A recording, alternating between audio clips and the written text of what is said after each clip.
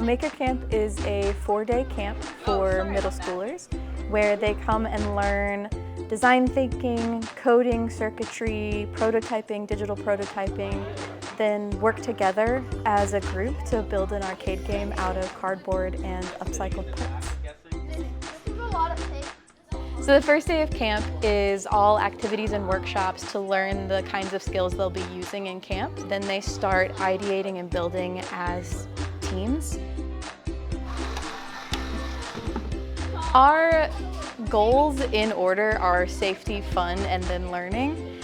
But I would say that the goal that is most important to me is that they learn to work as a team to do something creative and to make something. I think it's an invaluable skill that you're always going to have to use throughout life. Throughout camp, they are creating a process documentation video.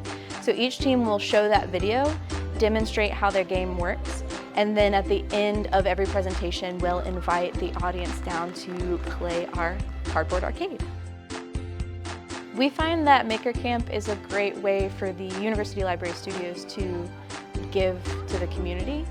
We have resources and expertise and people who love to share their skills, and we love being able to invite a group of folks who doesn't make it into Newman Library very often, middle schoolers, to get to experience those things and learn from them.